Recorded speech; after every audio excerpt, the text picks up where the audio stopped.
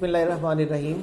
देखिए, वर्ब्स में जो कुछ हमने पढ़ा उसको हम जरा थोड़ा सा कैटेगोरिकली लिख रहे हैं ताकि पेपर पॉइंट ऑफ व्यू से हमें समझ में आ जाए कि हमने वर्ब में क्या क्या पढ़ा है और हमने उसको कैसे कैसे अरेंज करना है। देखिए, सबसे पहले और एक और चीज जो हम वर्ब में पढ़ने वाले हैं वो हमारे पास वर्ड चॉइस है।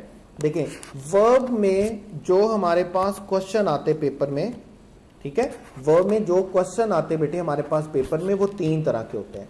तीन तरह के कैसे होते हैं? सबसे पहला वर्ब से रिलेटेड क्वेश्चन जो होता है वो हमारे पास बेटे क्या होता है? Subject verb agreement. Subject verb agreement simple rule होता है कि अगर आपका सब्जेक्ट सिंगुलर होगा तो आपका वर्ब भी क्या होगा? सिंगुलर। अगर आपका सब्जेक्ट प्लूरल होगा तो आपका वर्ब भी क्या होगा? प्लूरल। ये जब हमने बिल्कुल नाउन स्टार्ट किया था और नाउन में हमने नाउन को कैटेगरी में डिवाइड किया, वो नाउन जो सिंगुलर होते हैं, वो नाउन जो प्लूरल होते हैं, वो नाउन जो दिखने में प्लूरल होते हैं ट्रीट सिंगुलर होते हैं, वो नाउन जो दिखने में सिंगुलर होते हैं ट्रीट प्लूरल होते हैं, वो नाउन जो कंपाउंड में सिंगुलर होते हैं, वो नाउन जिनको प्लूरल बनाने के लिए क्वांटिफायर की जरूरत होती है। हमने नाउन को 5-6 कैटेगरी में 5-6 ग्रुप में डिवाइड किया, G1, G2, G3, G4, G5, G6 के नाम से। और असल में करने का मकसद क्या था कि हमें पता चले हमारा सब्जेक्ट सिंगुलर कब है और हमारा सब्जेक्ट प्लूरल कब है। वो हाफ पार्ट है रूल का। हम नाउन और प्रोनाउन में ये डिसाइड करते हैं कि हमारा सब्जेक्ट सिंगुलर है या प्लूरल है, बाकी हाफ पार्ट वर्ब से रिलेटेड होता है। अगर हमारा सब्जेक्ट सिंगुलर हो तो हमारा वर्ब सिंगुलर होगा, अगर हमारा सब्जेक्ट प्लूरल हो तो हमारा वर्ब भी क्या होगा? प्लूरल होगा। ये पहली तरह के क्वेश्चन होते हैं एमडी कैट में वर्ब से रिलेटेड। दूसरे क्वेश्चन जो बेटे आपके पास होते हैं वो टेंसेस से रिलेटेड है। अब टेंसेस में जब आप टेंस के क्वेश्चन की बात करते हैं तो आपके पास 2-3 चीजें आती हैं। सबसे पहले तो आपके पास टेंस है। टेंस में हमने सिर्फ ये देखना होता है कि आपका हेल्पिंग वर्ब कौन सा यूज होगा और इस हेल्पिंग वर्ब के साथ फॉर्म ऑफ वर्ब कौन सा यूज होगा। ठीक है, आपको एक वर्कशीट दी गई है जिसमें 40 क्वेश्चंस हैं वर्ब के, और वो सारे के सारे क्वेश्चन किससे रिलेटेड, वो कौन से क्वेश्चन है? वो मेरे बनाए हुए क्वेश्चन या मेरे इदारे के बनाए हुए क्वेश्चन या किसी इदारे के बनाए हुए क्वेश्चन नहीं, वो एमडी कैट के क्वेश्चन है। एमडी कैट के पास क्वेश्चन है जितने भी वर्ब से रिलेटेड है, उसमें अगर आप उसको क्रिटिकली देखेंगे तो गालबन उसमें कुछ 17-18 क्वेश्चन ऐसे हैं जो डायरेक्टली और इनडायरेक्टली हेल्पिंग वर्ब और वर्ब से रिलेटेड है। ठीक है, तो पहले टेंसेस जो आपको दिए जाते हैं, पहले टेंसेस में पहली चीज जो आपने देखना होती है वो बेटे टेंसेस होती है। हमने बकायदा तौर पर हर टेंस के दोनों structure active wise passive wise, हर टेंस के दोनों स्ट्रक्चर के हेल्पिंग वर्ब और वर्ब को कैटेगोरिकली लिखा। हमने पहले इंडेफिनिट के टेंसेस को लिखा, फिर कंटीन्यूअस के टेंसेस को लिखा, फिर परफेक्ट के टेंसेस को लिखा, फिर परफेक्ट कंटीन्यूअस के टेंसेस को लिखा। हमने उनके एक्टिव वाइज का पोर्शन अलग बनाया, पैसिव वाइज का पोर्शन अलग बनाया। एक्टिव वाइज में हेल्पिंग वर्ब का कॉलम अलग था, फॉर्म ऑफ वर्ब का अलग था, पैसिव वाइज में हेल्पिंग वर्ब का कॉलम अलग था और पैसिव वाइज में हेल्पिंग वर्ब और वर्ब का कॉलम सेपरेट था। सेकेंड चीज जो बेटे आप देखते हैं, सेकेंड चीज जो आप टेंस में देखते हैं वो आपके पास है मॉडल एक्सिलरी। मॉडल एक्सिलरी में हमने ये बात की, मॉडल एक्सिलरी हमारे पास कौन कौन से होते हैं? Can, could, would, should, ought to, must, may और माइट। ये सारे वर्ड हमारे पास क्या होते हैं? Model axillary. और मॉडल एक्सिलरी के बारे में 3 बातें आपने याद रखनी है कि मॉडल एक्सिलरी कोई भी हो, मॉडल एक्सिलरी के साथ वर्ब की कौन सी फॉर्म यूज होती है? अगर आपका सेंटेंस एक्टिव वॉइस है तो आपके पास, अगर आपका सेंटेंस एक्टिव वॉइस है तो आपके पास वर्ब की कौन सी फॉर्म यूज होती है? First form. लाइक कैन के साथ फर्स्ट फॉर्म यूज होती है, कुड के साथ फर्स्ट फॉर्म यूज होती है, वुड के साथ फर्स्ट फॉर्म यूज होती है, और टू के साथ फर्स्ट फॉर्म यूज होती है, शुड के साथ, मस्ट के साथ, मे के साथ, माइट के साथ, सबके साथ वर्ब फर्स्ट फॉर्म यूज होती है अगर आपका सेंटेंस एक्टिव है। और अगर आपका सेंटेंस पैसिव है तो फिर आपने 2 चेंजेस करने होते हैं।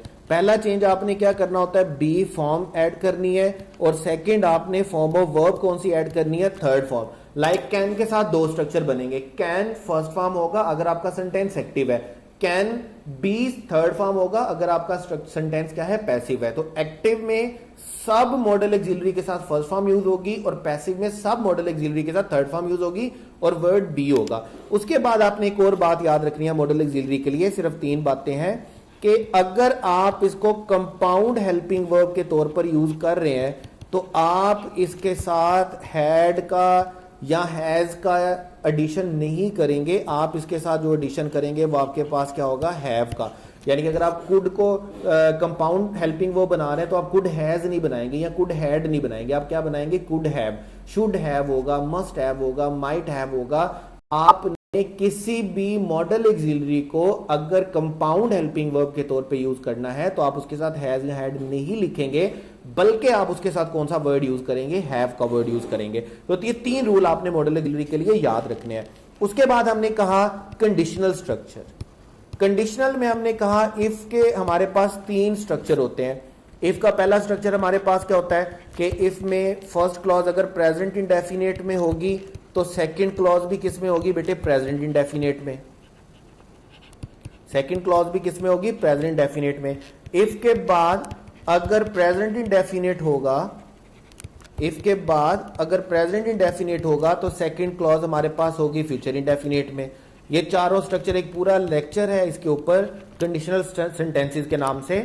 इफ के बाद अगर पास्ट इंडेफिनिट होगा तो पास्ट इंडेफिनिट के बाद हम फ्यूचर इंडेफिनिट नहीं लिखेंगे, बल्कि हम वुड के साथ वर्ब की कौन सी फॉर्म यूज करेंगे, फर्स्ट फॉर्म यूज करेंगे।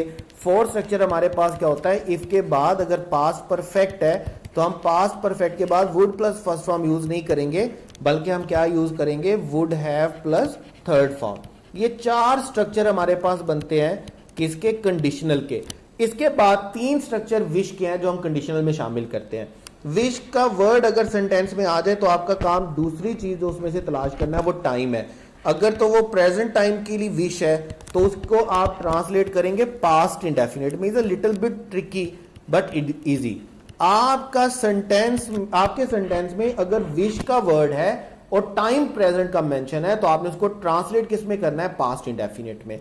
और अगर आपके सेंटेंस में विश का वर्ड है और टाइम फ्यूचर है तो आपने जो ट्रांसलेशन करनी है बेटे वो किस में करनी है, वुड प्लस फर्स्ट फॉर्म में। और अगर आपके पास विश का वर्ड है और टाइम पास्ट है तो फिर आपने क्या करना है, would have plus third form. एक स्ट्रक्चर आप ये कर सकते हैं, ठीक है। और दूसरा आप बेटे कैसे करेंगे, दूसरा आप उसको ट्रांसलेट कर सकते हैं पास्ट परफेक्ट में। यानी कि अगर आपकी विश पास्ट में है तो आपके पास 2 सॉल्यूशंस हैं। पास्ट की विश होने की, पास्ट की विश आपको 2 तरह से ट्रांसलेट कर सकते हैं। या तो आप ट्रांसलेट कर सकते हैं पास्ट परफेक्ट में, या आप ट्रांसलेट कर सकते हैं would have plus third form के साथ। ये सारी बात कंडीशनल स्ट्रक्चर की और कंडीशनल स्ट्रक्चर वाले लेक्चर में हम देख चुके हैं। उसके बाद टेंसेस में जो तीसरी चीज आती है बेटे वो अनयूजुअल यूजेस ऑफ वर्ब है। वो अनयूजुअल यूजेस ऑफ वर्ब्स, ठीक है। Unusual of uses of verb में अभी हमने पढ़ा इससे पहले वाले लेक्चर में कि हमारे पास क्या है, अगर सेंटेंस में वुड रादर है तो फर्स्ट फॉर्म आएगी, वुड रादर डेट है तो सेकंड फॉर्म आएगी, वुड रादर प्रोनाउन है तो सेकंड फॉर्म आएगी।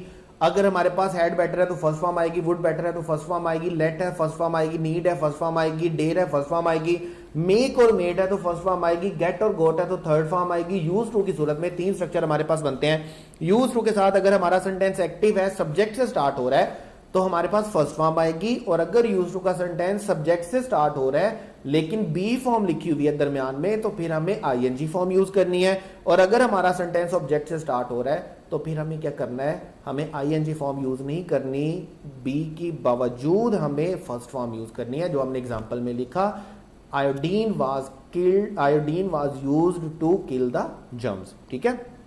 उसके बाद देखिए वर्ब में जो तीसरा रूल होता है जिसके हम कुछ एग्जांपल अभी देखेंगे, और वर्ड चॉइस, इसकी कुछ एग्जांपल हम अभी देखेंगे। और जब हम टेक्स्ट में पढ़ेंगे कैटेगोरिकली, जब आप टेक्स्ट को क्रिटिकली देखेंगे तो टेक्स्ट में आप ये वर्ड निकालते हैं सारे। देखिए हमारे पास कुछ पेयर ऐसे होते हैं जिनमें से एक वर्ड नाउन फॉर्म में होता है और एक वर्ड किस में होता है, एक वर्ड किस में होता है, वर्ब फॉर्म में। 2 वर्ड हमारे पास होते हैं। लाइक मैं 2 वर्ड लिख रहा हूं जो आप बड़े अच्छे तरीके से जानते हैं, ठीक है। होमोफोन की सूरत में होते हैं। होमोफोन में एक वर्ड नाउन फॉर्मेट में होता है और एक वर्ड किस में होता है, वर्ब फॉर्म में।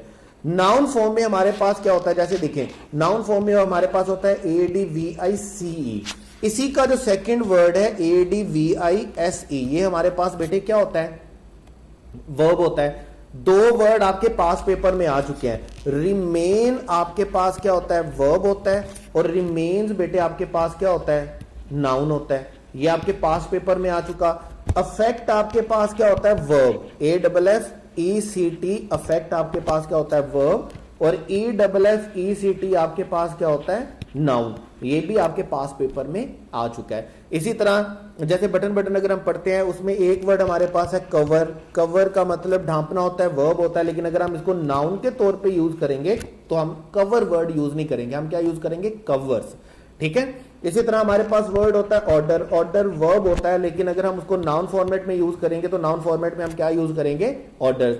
इसी तरह हमारे पास एक वर्ड होता है जिसको हम वो क्या बोलेंगे, बिलोंगिंग। बिलोंगिंग वर्ब फॉर्म है, लेकिन अगर हम बिलोंगिंग को नाउन फॉर्म में यूज करना चाहेंगे तो हम क्या लिखेंगे, बिलोंगिंग्स। लाइक देखिए शेख सादी में लिखा हुआ है people belonging to his army. People belonging to his army, यहां पर हमें वर्ब चाहिए, तो वर्ब के लिए हमने कौन सा वर्ड लिखा है, बिलोंगिंग का। लेकिन पीस ऑफ स्ट्रिंग में हमारे पास क्या लिखा हुआ है, with all their belongings. With all their belongings का मतलब हमें नाउन फॉर्म चाहिए, तो हमने कौन सा वर्ड लिखा है, बिलोंगिंग्स का। लाइक अगर मैं सेंटेंस बोलता हूं द जज ऑर्डर्ड, द जज ऑर्डर्ड, और अगर मैं सेकंड सेंटेंस बोलता हूं द जज इशूड ऑर्डर, तो जब मैं इशू का वर्ड लिख दिया, वर्ब लिख दिया, तो फिर मुझे अगेन वर्ब लिखने की जरूरत नहीं है। इशूड के साथ मैं ऑर्डर का वर्ड नहीं लिखूंगा, बल्कि इशूड के साथ मैं कौन सा वर्ड लिखूंगा, ऑर्डर्स का। मुझे नाउन फॉर्म चाहिए, वर्ब फॉर्म तो मैंने इशूड लिख दी। अभी ये कोई 20-25 वर्ड निकलेंगे, आपने क्या करना है, अपने रजिस्टर के एक पेज पर एक अच्छी सी हेडिंग देनी है, वर्ड चॉइस। वर्ड चॉइस में आपने क्या करना है, मैं आपको थोड़ा सा समझा देता हूं इसके बारे में। वर्ड चॉइस आप हेडिंग देंगे, वर्ड चॉइस हेडिंग देने के बाद आपने इसको नंबरिंग में ले आना है। जैसे आप लिखेंगे नंबर 1, नंबर 1 आप लिखेंगे ADVICE, और आप लिखेंगे ADVISE। CE फॉर्म आपके पास क्या होती है, नाउन, उसके आगे आप नाउन लिखेंगे एरो बना के, और VISE फॉर्म आपके पास क्या होती है, वर्ब फॉर्म, उसके आगे आप वर्ब लिखेंगे एरो बना के। इसी तरह जैसे आप सेकंड पे लेट्स सपोज अगर ऑर्डर लिखते हैं, तो ऑर्डर हमारे पास क्या होता है, वर्ब, और ऑर्डर्स हमारे पास क्या होता है, ऑर्डर्स हमारे पास क्या होता है, नाउन। ठीक है। आपने ये जैसे जैसे हम टेक्स्ट पढ़ते जाएंगे, जैसे जैसे आप टेक्स्ट पढ़ेंगे, हम प्रेपोजिशन जब स्टार्ट करेंगे तो वहीं से हम टेक्स्ट पे बात करेंगे, पढ़ना कैसे है, करना कैसे है, क्रिटिकली उसको कैसे हमने उसका एनालिसिस करना है। जब हम पढ़ेंगे तो हम पूरे टेक्स्ट में जितने भी वर्ड्स निकलते हैं वर्ड चॉइस के, वो हम निकालते रहेंगे। ठीक हो गया। तो बेटे आपने वर्ब का याद रखना है। वर्ब में जो चीजें हमारे पास शामिल हैं, जो क्वेश्चन आते हैं पेपर में, वो सब्जेक्ट वर्ब अग्रीमेंट के हैं, या वो टेंस के हैं, या वो वर्ड चॉइस के हैं। सब्जेक्ट वर्ब अग्रीमेंट के लिए हम नाउन और प्रोनाउन भी पढ़ते हैं, ताकि हमें प्रोनाउन की समझ आ जाए कि प्रोनाउन सिंगुलर है या प्लूरल है। अगर हमारा सब्जेक्ट सिंगुलर होगा तो हमारा वर्ब सिंगुलर होगा, अगर हमारा सब्जेक्ट प्लूरल होगा तो हमारा वर्ब प्लूरल होगा। टेंस में हम 3-4 चीजें पढ़ते हैं। टेंस में हम पहले टेंस पढ़ते हैं, एक्टिव स्ट्रक्चर देखते हैं, उनके पैसिव स्ट्रक्चर देखते हैं। टेंस में फिर हम मॉडल एक्सिलरी पढ़ते हैं, टेंस में फिर हम कंडीशनल स्ट्रक्चर पढ़ते हैं, टेंस में हम विश वाले सेंटेंस पढ़ते हैं, और लास्ट में जो चीज हम टेंस में पढ़ते हैं वो हमारे पास क्या है, अनयूजुअल यूजेस ऑफ वर्ब, जिसके लिए आपने एक अलग पेज बना रहा हूं। मैं दोबारा बोल रहा हूं, इसको आप स्टार कर लीजिएगा। इसी पेज में से एक क्वेश्चन आपको पेपर में इंशाल्लाह ताला आएगा। और लास्ट में तीसरी चीज जो आपके वर्ब में है वो वर्ड चॉइस है, जिसमें आपको ये डिसाइड करना होता है सेंटेंस पढ़ के कि मुझे नाउन चाहिए या वर्ब चाहिए। फिर आप उसी पेयर का नाउन या वर्ब वहां पर लिखेंगे। इनमें से 2 क्वेश्चन ऐसे हैं, 2 पेयर ऐसे हैं जो पेपर में आ चुके हैं, रिमेन और रिमेन्स, अफेक्ट और अफेक्ट। वर्ब में इतना ही है। इसके बाद आप वर्ब का टेस्ट जो है उसको सॉल्व करेंगे, और उसके बाद हम उसकी डिस्कशन पे जाएंगे।